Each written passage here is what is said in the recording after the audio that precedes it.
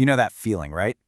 You've spent hours getting a document or a spreadsheet just right, and then, with one wrong move, the formatting just breaks.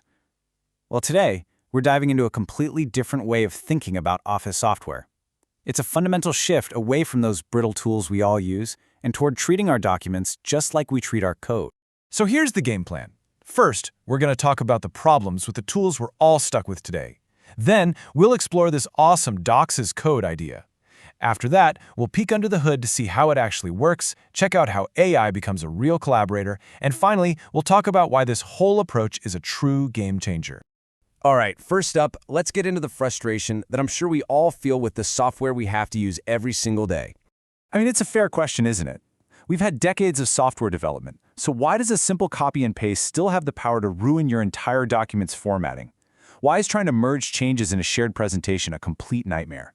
The root of the problem, it turns out, isn't a bug. It's baked right into their core design. So let's just compare the old way with this proposed new way. Right now, our tools are built for humans clicking around in a graphical interface. Our work gets saved into these opaque, binary files that are basically black boxes, impossible to track. And AI, it's just kind of bolted on as an afterthought, an assistant. This new way flips that on its head. It's designed for AI, for LLMs from the ground up. It uses simple, trackable text files, giving us the full power of version control and auditability. And that brings us right to the core solution. It's a powerful metaphor that reframes this entire problem. We need to start treating our documents as code. The whole foundation for this idea is being Markdown-native. Now, what that means is that everything, your report, your data tables, your presentation, it all begins its life as a simple, human-readable Markdown text file. That one file becomes the absolute, single source of truth for everything. So what do we actually get out of this in the real world?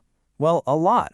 It means your documents are now Git-friendly. You can use version control just like software developers do. It means the rendering is deterministic, so the same text file will always produce the exact same final document. No more surprises. And because it's all just plain text, you're not locked into one proprietary vendor anymore. Okay, so we've got a text file. But how in the world does that become a polished document or a slick slide deck? Let's take a look under the hood. The best way to get your head around this is to stop thinking about a what you see is what you get editor, like Microsoft Word. You need to think of it more like a compiler in software development. You write the source code, and then a separate process comes along and builds the final product from that source. And here's what that pipeline looks like. First, you write the source in Markdown. Then a parser reads that and creates a structured blueprint of your document. After that, and this is a really crucial step, a policy engine validates it. It checks for correctness, enforces company style guides, all that good stuff.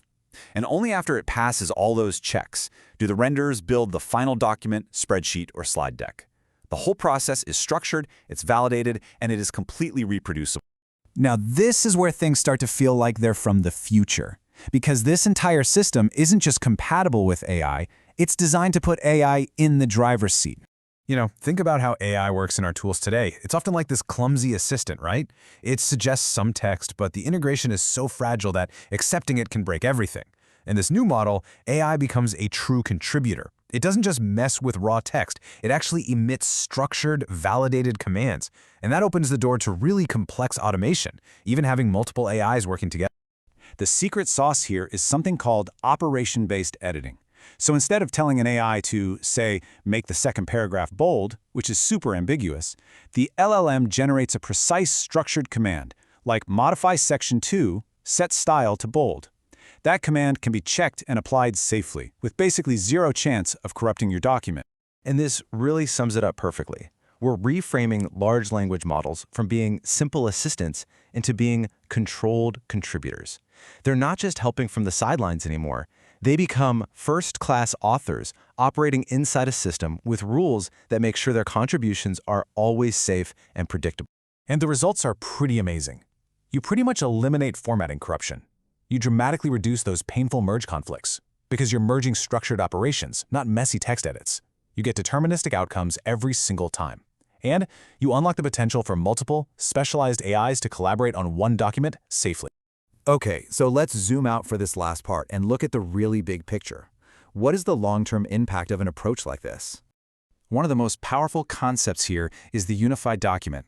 Just imagine your quarterly report, the spreadsheet with all the raw data, and the slides for the board meeting all living together in a single synchronized text file. When the data changes, everything updates automatically. Think about the hours saved and the errors you'd avoid by never having to manually copy-paste between Excel, Word, and PowerPoint ever again. You see, this isn't just about building a better word processor. This is about creating a whole new paradigm for AI-native software.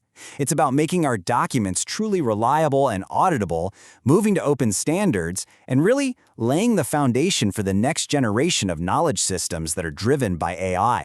And all of this brings us to one last big question.